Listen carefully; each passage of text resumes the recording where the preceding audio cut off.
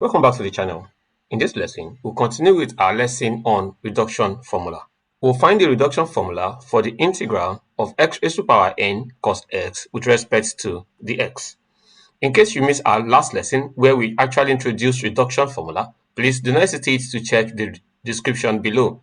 We'll place a link to that lesson. To ensure you get our lessons anytime we create them, please hit the subscribe button and the notification bell. That way you'll be sure to get our lessons anytime we create them. That said, let's get into class. This lesson we're actually looking at the reduction formula of in is equals to x raised to power n cos x dx.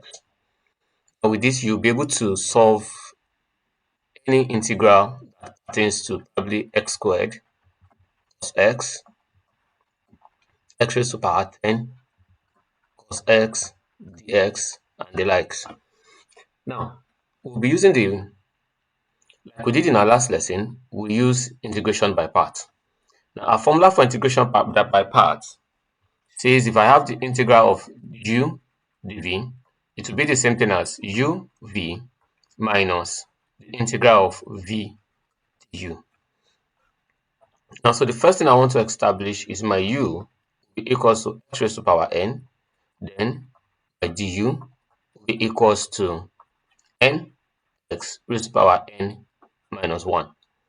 And if my dv is the same thing as cos x, obviously my v after integration will be the same thing as sine x. Now, having established each of these, we can now substitute in my formula u dv is equals to v u or uv minus the integral of v du. Now, so that my in, or rather so that the integral of xn cos x will be the same thing as uv, that's x raised to power n, which is my u, and my v is sine x, minus the integral of v du, that's sine x, and du is n x raised to power n minus 1 dot sine x with respect to the x. Now, if you look at this, you cannot stop here because we have cos x in here and we'll still have sine x here, not of the same form. So we'll take the integral to the next step and we'll solve for x n minus 1 sine x. Once again, let's note that my u here will be the same thing as xn minus 1, so that the u will be the same thing as n minus 1 x n raised to power x raised to power n minus 2. Let's open another slide now so that I can now say that the integral of x n minus 1 sine x with respect to the x will now be the same thing as my uv. Here is my u and v, that's minus cos x into x raised to power n minus 1. That will be x raised to power n minus 1, which is my u, into minus cos x minus the integral of, I have v du. That will be minus cos x, that's my v, into n minus 1 into x raised to power n minus 1. V is minus cos x into n minus 1 into x raised to power n. Is it minus 1 or minus 2? Let's see it. Minus 2. Minus 2. Minus 2. Everything with respect to the x.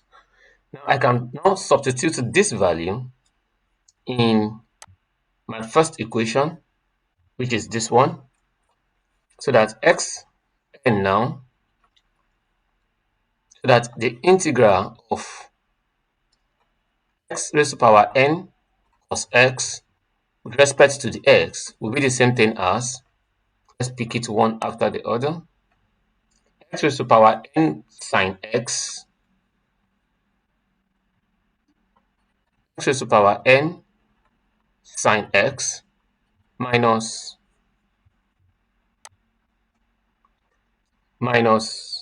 n into, that's minus n into x now raised to power n minus 1 into cos x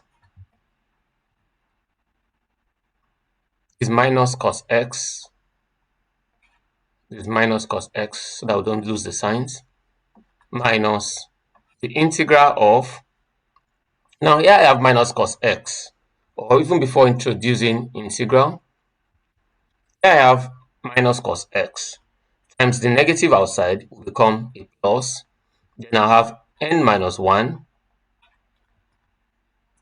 into the integral of x raised to power n minus 2 cos x with respect to x. Now we're getting closer. If you look at it at this point, this is beginning to look like this because we have cos x and we have x raised to power n minus 2 and n x raised to power n. So I can, obviously, this is x raised to power n cos x dx will be equals to x raised to power n sine x minus n x, I'm opening this bracket, raised to power minus 1 cos x. Okay, there's a negative cos here, so this will become plus. It will become plus cos x. And here is positive, it becomes minus n into n minus 1, the integral of x raised to power n minus 2 cos x with respect to the x. And with this, I can now form my reduction formula. Here I have n. Remember, this is equals to in, so that this now can be interpreted as in will be equals to x raised to power n sine x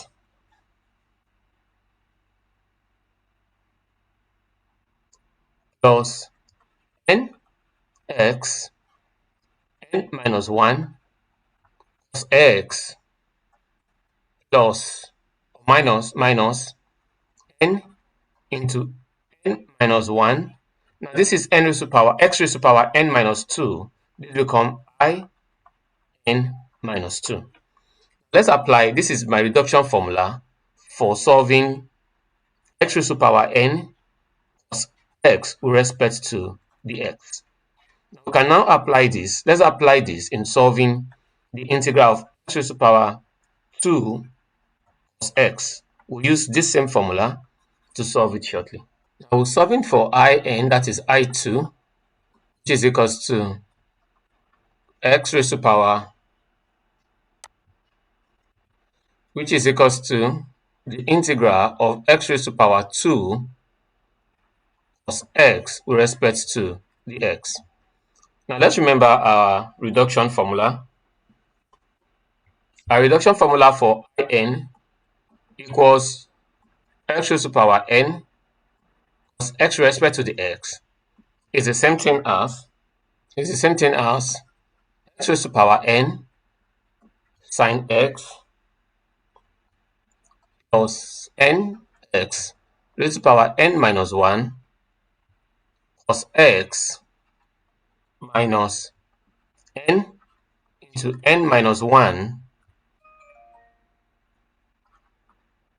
I n minus 2.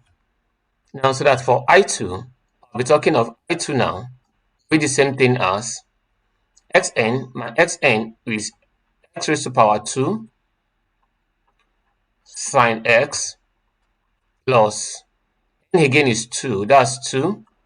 X raised to power 2 minus 1, that's 1 cos x minus n again is 2 into 2 minus 1, that's 1 into I is 0. That's n minus 2, which is I naught.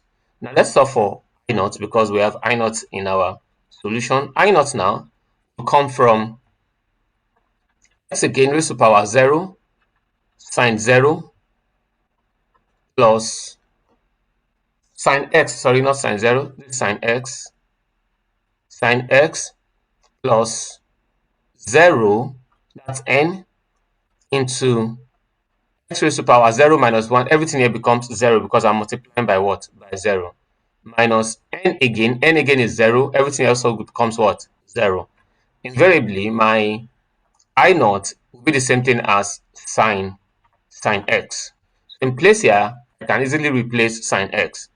Now I2 becomes x squared sine x plus 2x cos x minus 2 sine x. Now you see the reduction formula makes it a lot easier to solve. With this, I hope you understand how to derive and apply the reduction formula for the integral of x raised to power n cos x with respect to the x. Thank you for staying with us and see you in our next class.